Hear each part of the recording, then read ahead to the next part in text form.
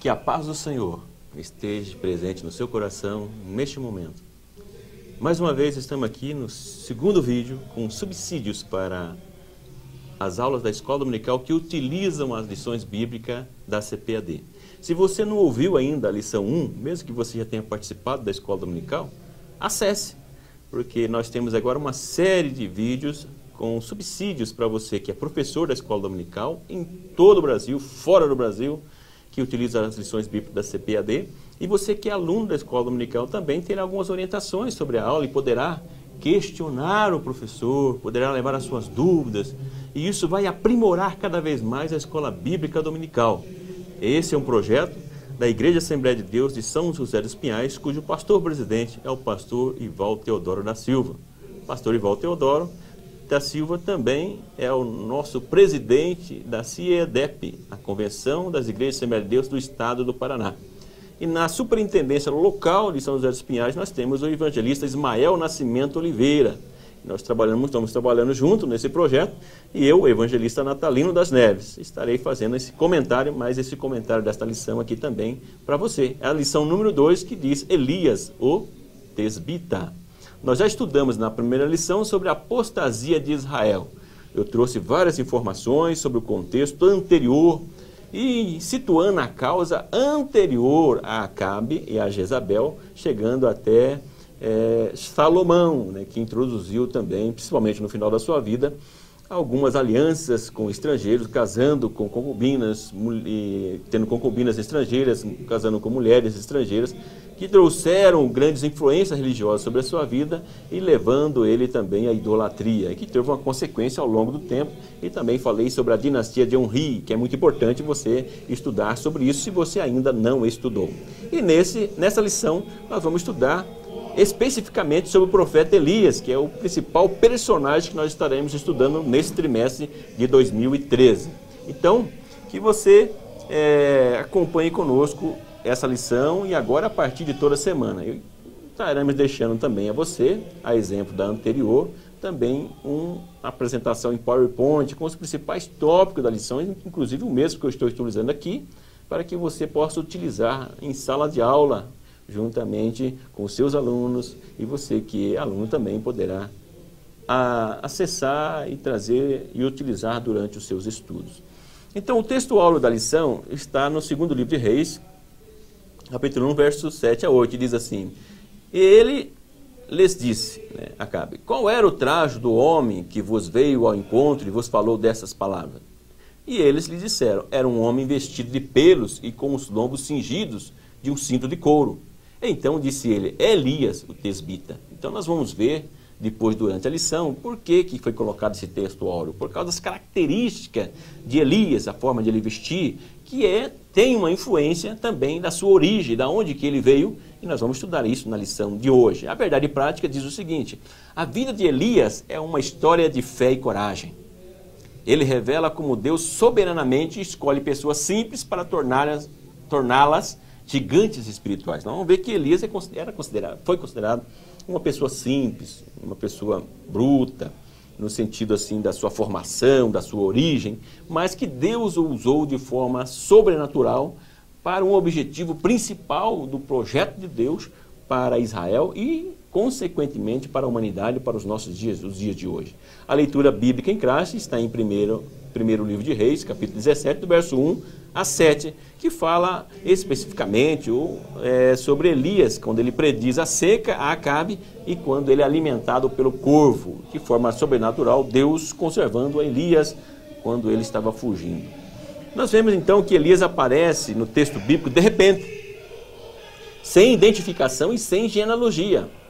Elias, ele não tem assim informações adicionais como nós vemos em vários profetas com detalhes sobre a sua vida, sobre a sua origem, sobre a sua família. Mas Elias é colocado assim de repente no texto bíblico e é apresentado e já atuando, né? A única identificação que nós temos é que ele era tisbita dos moradores de Gileade, ou seja, ele era de Tisbe, a cidade onde ele havia nascido. Nós vamos falar então na lição a respeito de qual era essa cidade, qual era a importância. Entretanto, o personagem, mesmo ele vindo dessa cidade tão insignificante, pequena, ele foi um personagem fundamental na história do profetismo de Israel. Nós vemos que ele passa a ser uma figura especial e um modelo para os demais profetas que vieram depois. Com autoridade divina, denuncia os demandos dos líderes e desafia os falsos profetas. Então vemos que Elias foi um homem corajoso, vamos estudar isso na lição, e que ele desafia a liderança, mesmo sabendo das consequências que viriam sobre ele, mas ele preferiu ouvir a Deus e desafiar a liderança e também os falsos profetas, que eram, como nós vimos na primeira lição, institucionalizados pelo Estado, pela liderança, e faziam e falavam aquilo que a liderança queria. Elias não. Ele fazia a vontade de Deus, tinha a autoridade de Deus na sua vida, o chamado e a vocação de Deus, e questionava esses líderes que estavam sendo influenciados e buscavam seus próprios interesses, e também os falsos profetas que eram influenciados por eles. E é isso que nós vamos ver, então, na lição. O primeiro tópico da lição fala sobre a identidade de Elias. Quem era Elias? Da onde que ele veio? É isso que a lição vem dar essa ênfase. Então, nós vimos já que ele veio de Tisbe. Tisbe, então, era um lugarejo situado na região de Gileade, a leste do Jordão, né, do Rio Jordão. É a única citação que nós temos na Bíblia dessa cidade. Tamanha a sua insignificância em relação à sua influência na sociedade como um todo na época, em questão política, econômica. Então, Elias veio de uma cidade que não tinha nenhum impacto. Charles Swindoll, ele diz que Tisbe era um lugar solitário e de vida ao ar livre, onde seus habitantes eram provavelmente rudes, queimados do sol, musculosos e fortes. Nunca foi um lugar de educação sofisticada e diplomacia.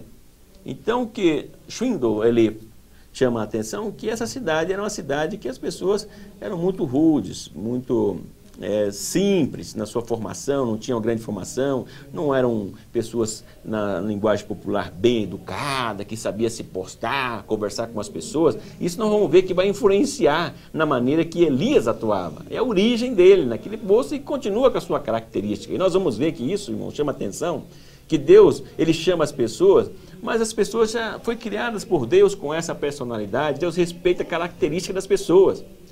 Nós vemos que às vezes as pessoas querem que as pessoas sejam todas iguais, com a mesma formação, principalmente a liderança. Tem que respeitar, como Deus respeita, a identidade das pessoas, as características pessoais das pessoas. Nós vamos ver que pessoas, várias pessoas, nós temos exemplo de Pedro, de Paulo, né? O próprio Jesus, são características diferentes, mas todos foram homens de Deus, mulheres de Deus com características diferentes, usadas por Deus. Deus não exige mudar a sua identidade, o jeito da pessoa ser, mas Deus utiliza as pessoas, capacita com poder, com autoridade, aqueles que verdadeiramente são vocacionados e chamados por Deus. É o exemplo que nós vemos de Elias. Ele veio de uma cidade insignificante. Mas a origem das pessoas também é outra questão que não pode ser limitador das pessoas, porque você veio de uma cidade pequena, você veio de uma cidade onde não tinha origem de educação, que é referência, mas você é um homem, uma mulher vocacionada por Deus, chamada por Deus, e que tem autoridade de Deus na sua vida, como Elias. Use, fale, pregue a palavra de Deus, faça o que Deus determinou, que Deus tem para a sua vida. Muitas pessoas se amedrontam, e você que é professor, chame a atenção dos seus alunos para isso. Muitas pessoas, muitas vezes cabisbaixos, pessoas que não têm se colocado para fazer a obra de Deus por causa da sua origem, por causa da sua cor talvez, por causa da sua formação, demonstrando que Deus tem lugar para todas as pessoas, independente da sua origem, independente da sua formação, da sua cor, você pode ser usado por Deus. Nós vemos esse exemplo em Elias. Elias teve uma vida conturbada, pois viveu numa época de grande corrupção política, moral e espiritual. Então nós vemos que a vida de Elias não foi fácil, ele atuou num momento muito difícil, como nós já vimos na lição número 1, no povo de Israel, mas ele não esmoreceu.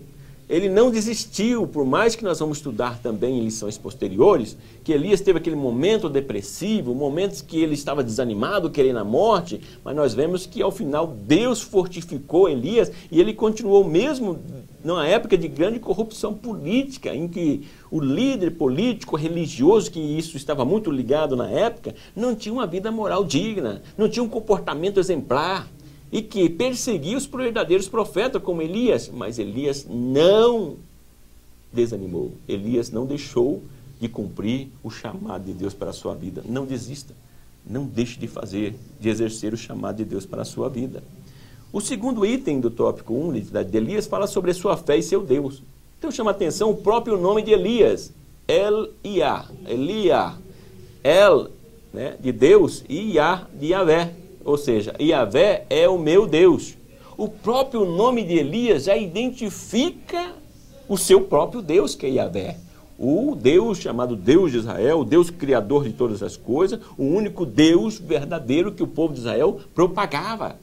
Então, no seu próprio nome, ele levava consigo a sua fé e o seu Deus, em quem ele cria. O seu próprio nome já era uma pregação sobre, propagação sobre Yahvé.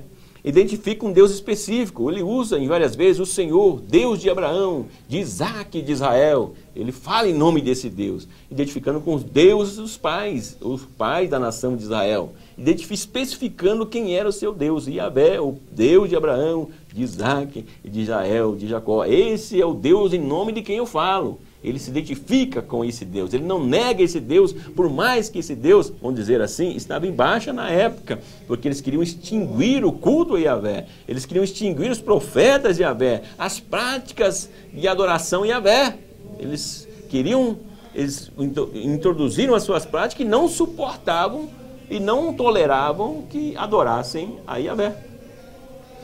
E aqui também nós vemos, em 1 Reis 18, 36, que ele se identifica como servo, e não como o Senhor do seu Deus, ou alguém que determina ou exige de Deus, como nós vemos muitas práticas nos nossos dias hoje, eu decreto, eu determino. Pessoas que estão com o dedo em Deus, exigindo de Deus. Elias não, ele se identifica como servo.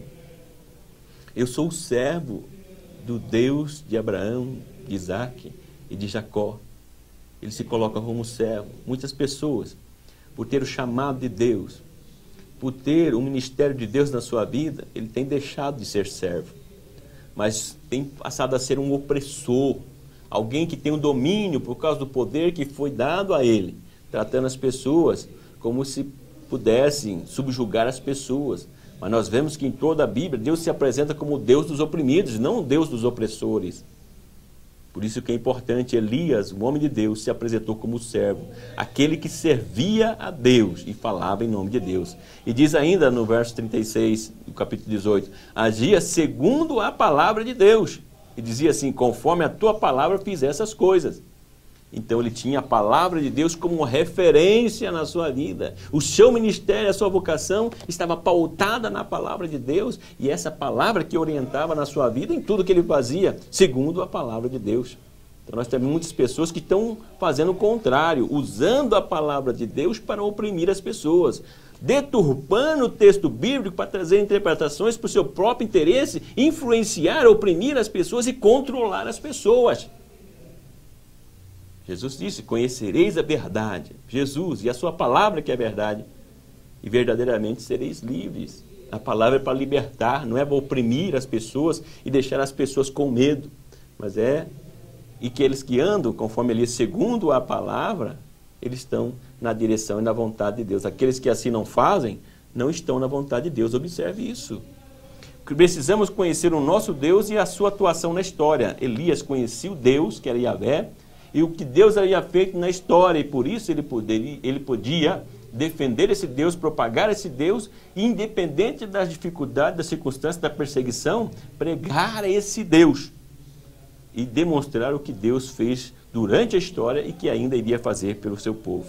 E o tópico 2 da lição fala o ministério profético de Elias. No primeiro item fala a sua vocação e a sua chamada. A vocação e a chamada de Elias fica identificado claramente logo quando inicia no primeiro livro de Reis, capítulo 17, que era divina. Foi Deus que havia dado a ele o seu ministério e a sua vocação. Isso é algo que nós temos que chamar a atenção também durante a aula da escola dominical. Pessoas que têm muito interesse em fazer a vontade de Deus, estar no ministério, mas pessoas que não têm medido os esforços, os meios para conseguir esse ministério, atuar no ministério. Infelizmente, tem pessoas que têm se submetido a muitas coisas e têm deixado a questão moral, que para Elias era muito importante. Diz aqui que ele era chamado e vocacionado por Deus. Tem muitas pessoas que estão atuando no ministério, que têm títulos na igreja, mas não são chamados e não são vocacionados por Deus por causa de meios que eles conseguiram chegar até lá. Mas aqueles que, como Elias, que são verdadeiramente chamados por Deus, vocacionados por Deus, é bem claro e evidente a vocação e a autoridade de Deus na sua vida. Estava claro isso na vida de Elias. Ele sempre seguia a orientação divina. 1 Reis 18:36. Sempre buscando saber qual é a vontade de Deus para atuar. Isso é importante, nós estamos enfatizando na aula também sobre essa busca da vontade de Deus na vida das pessoas, principalmente aqueles que são líderes. Atuou em um período em que os verdadeiros profetas estavam escondidos. Os profetas de Deus estavam sendo oprimidos, perseguidos e tiveram que se esconder para não morrer. A perseguição dos verdadeiros profetas. Nós vemos isso nos nossos dias, muitas vezes no nosso próprio meio. Aqueles que são os verdadeiros profetas de Deus, que denunciam a imoralidade, que denunciam aquilo que está errado, fora da direção de Deus, são pessoas que muitas vezes são perseguidas e deixadas à margem da sociedade, à margem do ministério, como nós vemos com Elias também. Mas Elias, mesmo sabendo que vários profetas estavam sendo perseguidos, que ele estava quase que só, por mais que ele achava que estava só, Deus provou que ele não estava, mas ele manteve a sua vocação e o seu chamado. Os falsos profetas eram protegidos e institucionalizados. Nós já estudamos na primeira lição, os profetas de Baal, eles eram protegidos pelo Estado, eles eram financiados pelo Estado, eles tinham toda a mordomia do Estado. Eram os falsos profetas, mas eles que recebiam as regalias, enquanto o verdadeiro profeta estava sendo perseguido. Mas ele manteve a sua vocação e a sua chamada. O povo vivia embaixo do medo e da opressão. Quantos hoje estão vivendo debaixo do medo e da opressão? Para ter o controle, o ser humano usa isso ao longo da história. Mas nós temos que, como Elias, seguir firme, mesmo que seja colocado sobre nós a opressão e o medo, confiar que o Senhor está conosco. Elias não tinha referências contemporâneas na sua época para ele como referência, para que ele pudesse seguir como referencial, como exemplo, alguém que ele pudesse se amparar.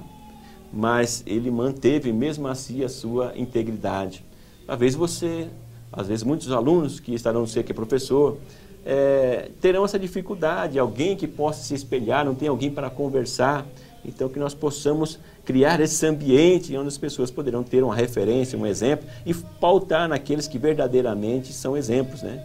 Acabe se pautava em Jezabel, era influenciado por Jezabel, mas Elias era influenciado por Deus, mesmo que não tinha exemplo para ele. Mas nós temos muitos exemplos para seguir hoje. Eu tenho em mente o meu pastor, que foi muito tempo pastor Pimentel.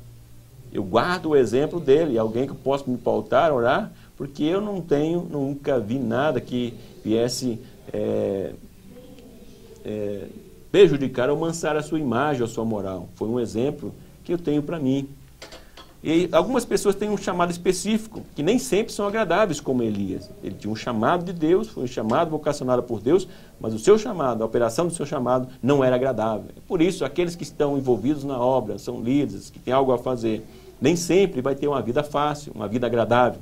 Mas seja como Elias, mesmo que as circunstâncias não sejam boas, mesmo que você seja perseguido, mantenha a sua vocação e o seu chamado. Aí vem ainda o terceiro item falando sobre a natureza do seu ministério. Fala que a história de Elias é uma história de milagres. Deus operou muitos sinais. E o tema da lição fala sobre sinais, porque o tema do trimestre é Elias, Eliseu, um ministério de poder para toda a igreja. Elias teve um ministério, como seu sucessor Eliseu, um ministério de milagre. Autoridade e inspiração profética, um homem que falava, que tinha autoridade de Deus e falava em nome de Deus. E nós vemos aqui um contraste entre o ministério popular, carismático, e o ministério sob autoridade e poder divino, que já comentamos um pouco sobre anteriormente, no tópico anterior. É sobre essa questão. Geralmente as pessoas querem um ministério popular, carismático, que chama a atenção dos povos. Ou seja, um sucesso no ministério e não a excelência no ministério. Existe uma grande diferença. Nós estudamos, quando estudamos sobre a lição de Neemias, uma lição que fala sobre o sucesso e a excelência no ministério. A excelência é quando você está dentro da vontade de Deus, fazendo a vontade de Deus e verdadeiramente é chamado e vocacionado por Deus, como Elias. Ninguém gosta de ser confrontado. Eu tenho aqui a citação do próprio Gonçalves, que é o autor da revista e também autor do livro Porção Dobrada. No seu livro, na página 31, ele deixa a seguinte citação: ninguém gosta de ser confrontado, mas a crítica também faz parte do nosso crescimento. Quantas pessoas que têm uma grande dificuldade de receber crítica? Em vez de receber essa crítica, fazer uma apuração dessa crítica, como um feedback, onde você não precisa retrucar, você analisa a crítica, vê qual o fundamento de verdade que tem e aplique para corrigir. Mas tem muitas pessoas que, mesmo sabendo que aquela crítica ela é sincera, é uma crítica que realmente faz sentido, as pessoas não querem se submeter a isso. Eles preferem levantar o seu nariz e dizer: quem é você? Quem é você, fulano e ciclano? Quem é você, Elias? Quem é fulano? Para vir me questionar a mim, Acabe. Tem pessoas que têm esse mesmo comportamento de Acabe. E só perde como Acabe perdeu e toda a sua dinastia, todos os seus descendentes. Como nós vimos que mais à frente iremos ver que Jeú acabou matando os seus descendentes, perdendo os seus descendentes, uns que por enfermidade. Por quê? Questionaram os profetas de Deus que falaram e criticaram em nome de Deus. Então o autor coloca aqui, e coloca muito bem, das pessoas que têm dificuldade de receber crítica. Nós temos várias pessoas, mesmo na liderança de nossas igrejas, em muitos locais também, que têm dificuldade de receber crítica e trazer isso para o seu bem. E acaba trazendo prejuízo tanto para ele, como para os seus subordinados e para a igreja. Então, um verdadeiro profeta não se vende. Está isso na revista. Segundo a Epístola de Pedro 1:20, diz que nenhuma profecia da Escritura provém de particular interpretação. Então, a profecia, a palavra de Deus, a obra de Deus, não é para atender interesse próprio das pessoas, mas é o reino de Deus que deve prevalecer e ser beneficiado. Por fim, nós temos o terceiro tópico, Elias e a monarquia. Nós vemos o primeiro item dizendo, buscando a justiça. Elias buscava a justiça. Ele foi um exemplo do que, posteriormente, seria uma prática comum dos profetas. É um exemplo, como eu já disse anteriormente, para os profetas posteriores. Ele denuncia e repreende a injustiça dos monarcas e assessores. Ele não temeu o poder das autoridades, mas denunciou a prática da injustiça, que nós vemos ao longo da palavra de Deus. Estudamos no trimestre anterior sobre os profetas. Nós vimos que os profetas denunciaram constantemente a prática dos monarcas, dos falsos sacerdotes, dos falsos profetas, que buscavam os seus próprios interesses, denunciando. E a figura de Elias, que foi anterior a eles, que serviu como modelo para esses profetas também. Luta pelo bem-estar espiritual e social da sociedade. Elias lutou por isso. Nós vemos o exemplo da vinha de Nabote, que nós vamos estudar. Tem uma lição específica que vai falar sobre esse assunto, lá em 1 Reis 21, do verso 1 a 16. Mas aí nós vemos Elias defendendo, né, ou chamando a atenção do rei, que usou de subterfúgios, até legais, né, simulando, influenciado pela sua esposa Jezabel, para oprimir o mais pobre, querendo tirar o que o pobre mais pobre tem. Um paralelo lá com Davi também, que nós podemos estudar na lição específica sobre isso. Elias denuncia, ele chama a atenção e fala em nome de Deus. Ninguém está acima da lei. Ninguém está acima da lei. Elias deixa isso bem claro. Deus está no controle da história, está observando a história. Aqueles que estão fora da vontade de Deus terão que dar conta. A restauração do culto. O comportamento dos líderes reflete as ações do povo. É que chama a atenção 1 Reis 16 e 30. Acabe, Jezabel, Acabe influenciado por Jezabel, as suas práticas religiosas, o seu comportamento, influenciou e o povo foi atrás dos seus líderes. Por isso a grande responsabilidade que o líder tem de dar um bom exemplo, ser alguma pessoa íntegra, com moral, buscar o interesse do reino de Deus, para que o povo também possa proceder dessa forma. E nós vemos que Acabe e Jezabel tentaram extinguir o culto ao verdadeiro Deus. Tem pessoas introduzindo práticas diferentes, adoração, como já disse, tudo aquilo que você coloca em primeiro lugar na sua vida antes de Deus, são práticas que tiram o foco em um único Deus verdadeiro, que é Yahvé. Em nossos dias, não podemos só focar naquela época. Tudo aquilo que você coloca em primeiro lugar, muitas vezes, na própria liturgia, no prático dos cultos, em primeiro antes de Deus, você também está idolatrando. Então, nós temos que tomar cuidado para mantermos o culto ao verdadeiro Deus. Elias recebeu a missão de restaurar o altar e o culto a Yahvé. 1 Reis 18 e 30. Ele restaurou e conduziu o povo a adorar ao verdadeiro Deus. Nós vemos que depois tem toda uma consequência que nós vamos estudar mais à frente. Então, Elias e a literatura bíblica, o último tópico da lição, tópico 4. Então, Elias e literatura no Antigo Testamento. Elias no Antigo Testamento. Então, nós vemos no livro que nós estamos estudando, descrevendo a atuação de Elias e a sua contribuição para o profetismo de Israel, conforme nós já vimos até agora.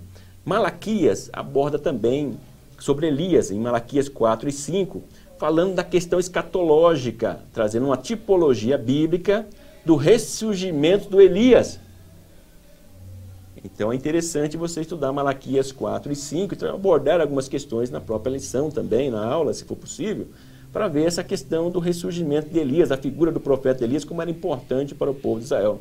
E alguns, por problemas de interpretação, até defendem a reencarnação a partir desse texto. Então, muito cuidado nós devemos ter. No Novo Testamento também, Elias no Novo Testamento, Jesus identifica João Batista como aquele que viria no espírito e poder de Elias. Nós vemos em Lucas 1,17, Mateus 17, 10 a 13, ou seja, aquele que vinha no espírito e poder de Elias. Não era o Elias reencarnado, mas alguém que de forma similar a Elias estava atuando. Por isso Jesus usou esse termo. Alguns judeus achavam que Jesus também seria o Elias redivivo, Mateus 16, 14, Marcos 6 e 15, capítulo 8 e 28 de Marcos também, quando Jesus pergunta o que falam de mim. Alguns dizem, aqui o Senhor é o Elias, ou seja, o Elias ressuscitado, reencarnado. Algumas tinham essa crença, mas também não era, é a questão da atuação, a forma de atuar, como João Batista, não que Elias reencarnou em João, mas que João, da mesma forma, atuou da mesma forma que Elias, com a autoridade de Deus, chamada por Deus. Elias no Monte da Transfiguração, nós vemos também Mateus 17, 3, Lucas 9, 30 e 31. E nós vamos ter uma lição específica sobre isso, porque eu não vou falar muitas coisas. Mas nós vemos que no Monte da Transfiguração ali estava também Elias. Então é importante nós estudarmos sobre isso. Exemplo da falta de fé em Israel, citada por Jesus, citando a viúva de Sarepta, Lucas 4, verso 24 a 26. Ele cita a viúva de Sarepta, que era uma estranha ao povo de Israel, como exemplo de fé. Citando quem? Elias, que nós vamos ter uma lição específica também de Elias e a viúva de Sarepta. Então, Elias no Novo Testamento. Considerações finais. Então, a conclusão da revista da Escola Dominical, eu chamo a atenção aqui que ela não está coerente, ao meu ver, com o restante do texto da lição. Então, eu gostaria que você, como professor, desse uma analisada nessa conclusão e, de repente, fizesse uma nova conclusão. Eu estou fazendo as considerações, porque a conclusão você tem que abordar o que você já falou durante o desenvolvimento da mensagem, do estudo, trazendo uma reflexão sobre quais são os resultados dessa análise. Então, nós vemos que Elias não veio de uma cidade significativa para a nação de Israel, mas tinha uma fé exemplar em Yahvé, mesmo que ele não tivesse uma origem de uma grande cidade, de um grande local, de uma grande formação, mas ele foi um profeta que teve uma fé exemplar, uma fé em Yahvé, ou Deus verdadeiro exemplar. Elias foi vocacionado e chamado pelo próprio Deus e não por autoridades humanas. Nós vimos que ele não tinha uma formação humana, não teve uma orientação humana, mas ele foi chamado por Deus e tinha a autoridade de Deus na sua vida. E nós vimos também que ele denunciou, mesmo que pagando preço, ele denunciou as injustiças dos líderes corruptos e iníquos. Ele denunciou, fez a vontade de Deus e denunciou as injustiças que eram praticadas. E a importância do estudo sobre o profeta Elias fica evidente nas citações, tanto no Antigo Testamento como no Novo Testamento. Portanto, nós vemos que estudar sobre o profeta Elias é de suma importância também para os nossos dias e principalmente ao estudarmos sobre a questão da formação profética. Que Deus, na sua multiforme graça e misericórdia, vos faça compreender aquilo que nós já comentamos aqui nesse vídeo. Que você tenha uma boa aula na sua escola dominical e divulgue esse vídeo para os seus amigos, suas amigas, seus irmãos, suas irmãs, para que acesse o site da Assembleia de Deus em São José dos Pinhais, www.ad de Assembleia de Deus, adsãojosédospinhais.com.br, e acesse o vídeo. E divulgue também no Facebook, na sua rede social. Nós estamos aqui com o intuito de contribuir para uma boa aula. Que Deus continue abençoando você. Muito obrigado.